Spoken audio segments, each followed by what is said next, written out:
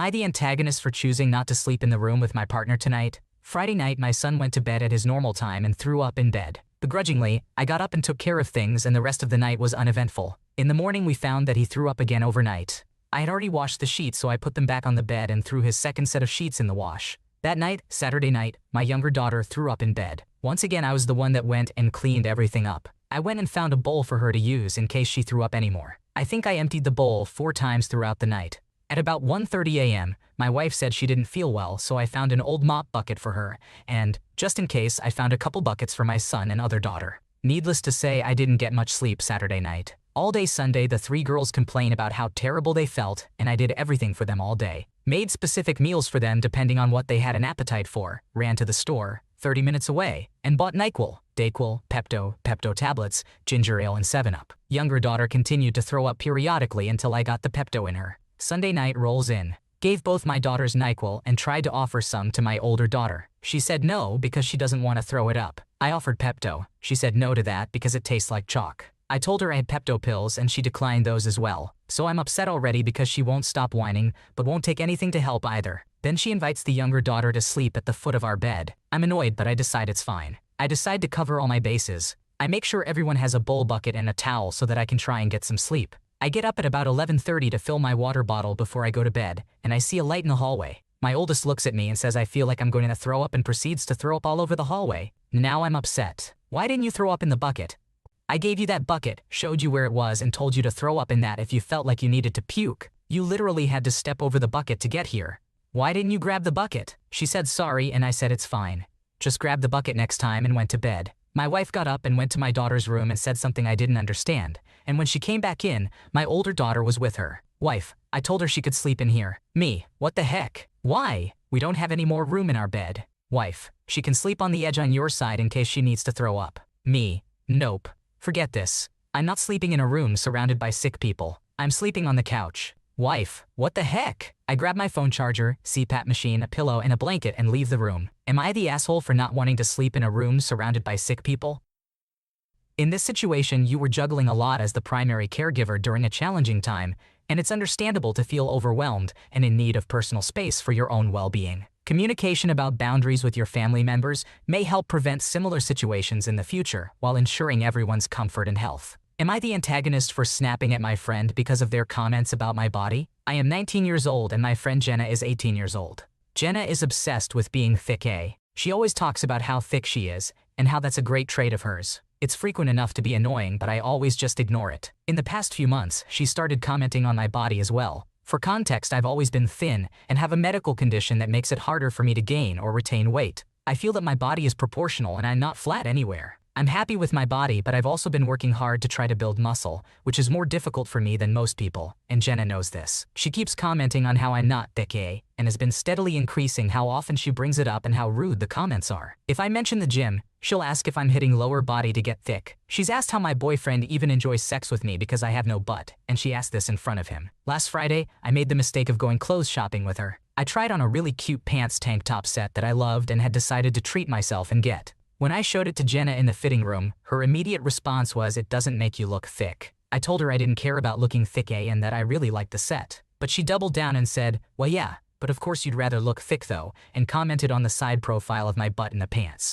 I repeated that I didn't care, and she doubled down and told me not to get the set because I could find something that made me look actually thick. I got the set anyway, and for the rest of the evening, Jenna kept making incessant comments about my body. For what it's worth, Jenna tried on some super unflattering clothes, and I didn't say anything about it because she really liked them. Eventually, I snapped and told her I don't give a care about being thick and not to talk to me at all if she can't bring herself to shut up about the way I look.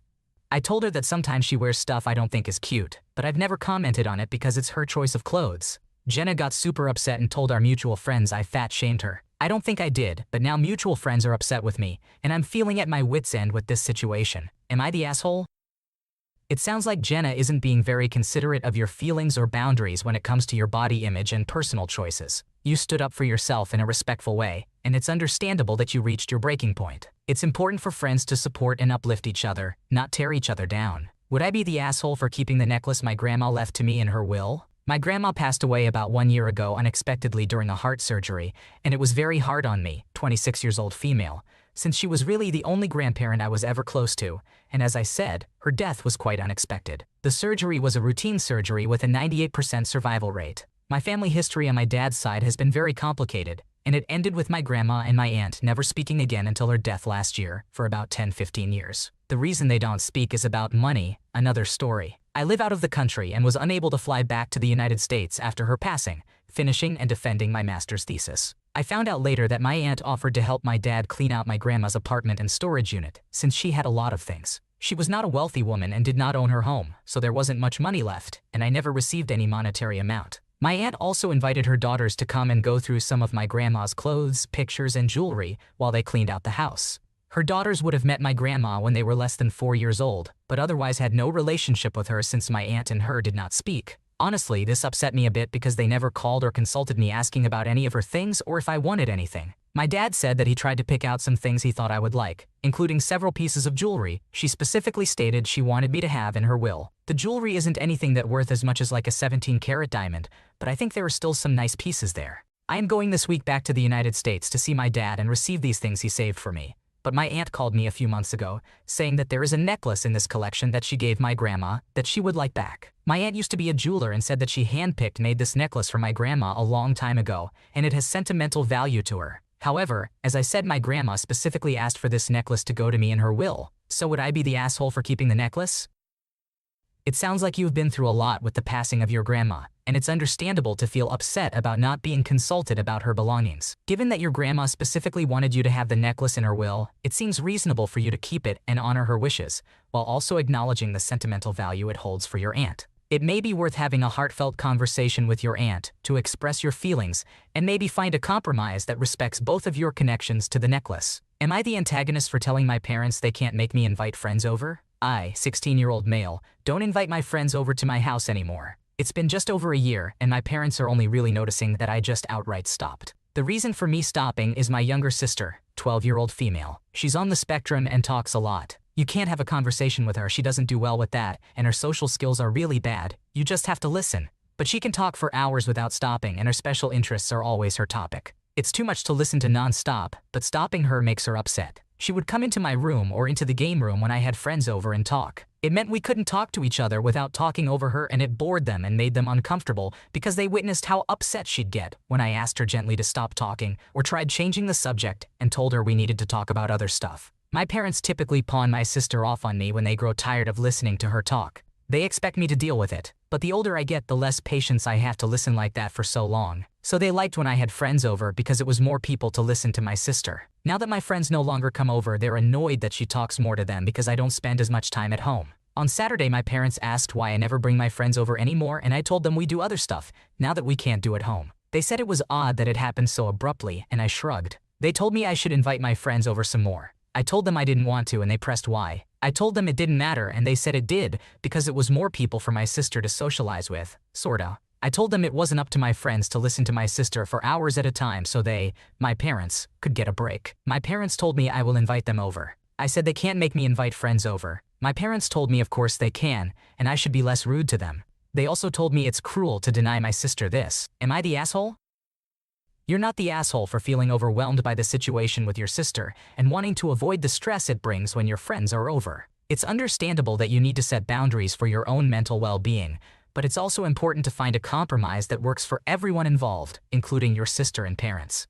Am I the antagonist for wanting to move out of my partner's house? My boyfriend, 20 years old male, and I, 19 years old female, have been together for almost a year now and living together for a little over 6 months. Here's the problem. My boyfriend has a very controlling family. It's one of those situations where everyone lives within 30 minutes of each other. We currently live 10 minutes from his parents' house, are renting from his brother, and we can see his sister's house from ours, which is interesting. They're always up in our business and saying stuff they shouldn't. It's been suffocating to say the least. I recently dyed my hair red because it's something I've wanted to do for a bit. I have some of his family on Facebook, so made sure not to post so that they wouldn't see it and cause problems. I kind of forgot that sister lives next door, and I guess she saw me outside with my new hair and went gossiping to the rest of the family. A few days after that, my boyfriend's dad, we'll call him David, came by the house for some things and made a joke about me dipping myself in a vat of dye. It was funny enough, so I laughed and kept minding my business. A few minutes later, David calls me over and says he needs to talk to me. The first thing he said was, "You know I'm always straightforward about things." He then went on to say that he didn't know what was going on with me, but that whatever it was, this color didn't look good on me. He said that natural hair always looks better on women, and that I don't look as attractive anymore with red hair. I said, "Well, I like it and that's all that matters," and started walking away while he yelled, "Oh, come on, don't say that. They told me you were sensible." I literally just went inside the house and slammed the door. Similar things have happened before. At Easter dinner, David was hinting at what our sexual life was like and asking me if I was making sure my boyfriend was out early and in late so we couldn't get up to anything bad. I replied that we both work early and what happens when we were in our own home shouldn't matter. He then turned to my boyfriend and went, "Oh good, you're making your woman work. That's really good." My boyfriend hasn't spoken up for me any of these times, and I've talked to him about it, and his excuse was that if he yells at his dad, we lose everything. This is when I find out that the property he owns isn't in his name yet, and he only has his job because of his dad. In addition, we rent from his brother, which I already knew, but putting everything together made it feel worse. I told him if things got any worse, I would have to move out because I feel trapped, and I didn't fight for independence from my own abusive and controlling parents, just to end up in another similar situation as an adult. I told him he was welcome to leave with me, but that I would eventually need to leave regardless. I am seriously considering moving away from everything so I can breathe and live life without someone looking over my shoulder. Am I the asshole for wanting to do this? It sounds like you're in quite a tight spot with your boyfriend's family being overly involved in your life. Your desire for independence in a healthy environment is completely valid, and it's important to prioritize your well-being. Consider having a heart-to-heart with your boyfriend about setting boundaries with his family to ensure a more supportive and respectful living situation for both of you. Am I the antagonist for not promoting my sibling's business? Hi, I'm not an active user of Reddit, but I've heard about this subreddit and wanted to ask if I'm truly the bad guy here. You can read below why I don't want to ask anyone from my family. Also, please excuse me for any grammar wording errors, it's not my first language. I, 26, female, am an influencer in my country. I'd say I'm in the top 15-30. The most of my target audience are teen girls, and I do a lot of fashion, makeup, lifestyle content. My younger sister, 25, female, let's call her Hannah, is a great cook. Cooking has been her passion since we were both kids, and our family really enjoyed her dishes, so it's obvious that we were all excited when 2 months ago, she announced that she's opening her own restaurant. She kept it as a secret for a few months. I immediately offered that I can use my social media to help her promote it. A disclaimer, even though I get a lot of deal offers now, I only choose the ones that truly appeal to me, like only products that I could use. I'm trying to avoid all the scams, products, places, events that are doubtful, etc. I just know that my audience is really young, and I know that I have sometimes too much influence over them. 4 days ago, Hannah finally opened her restaurant. I wasn't able to make it to the opening, which already caused some family drama because I was on vacation then. I'd booked and paid for it before Hannah announced that she's opening her restaurant. Yesterday, I finally made it to the restaurant. When I opened the menu, the first thing I saw was that the dishes were a bit overpriced for a newly opened business, especially since there are a few well-known restaurants nearby in our city. I decided to talk to Hannah later and advise her to lower prices to encourage people to come here and then change them later when the restaurant is better known. I ordered a basic dish that Hannah made a lot of times at our home from the menu and was a bit disappointed that I had to wait for it an hour and a half, even though I was the only client there, but at least I knew it would taste great. Except that it didn't.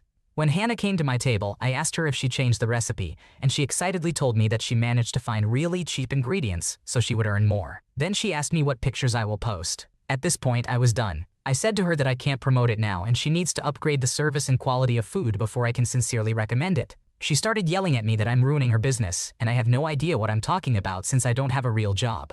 Since then, our parents and her have bombarded me with text messages saying that I'm narcissistic, lost a sense of reality, and if I don't help her now, they don't want to talk to me ever again. So, would I be an asshole if I stand my ground?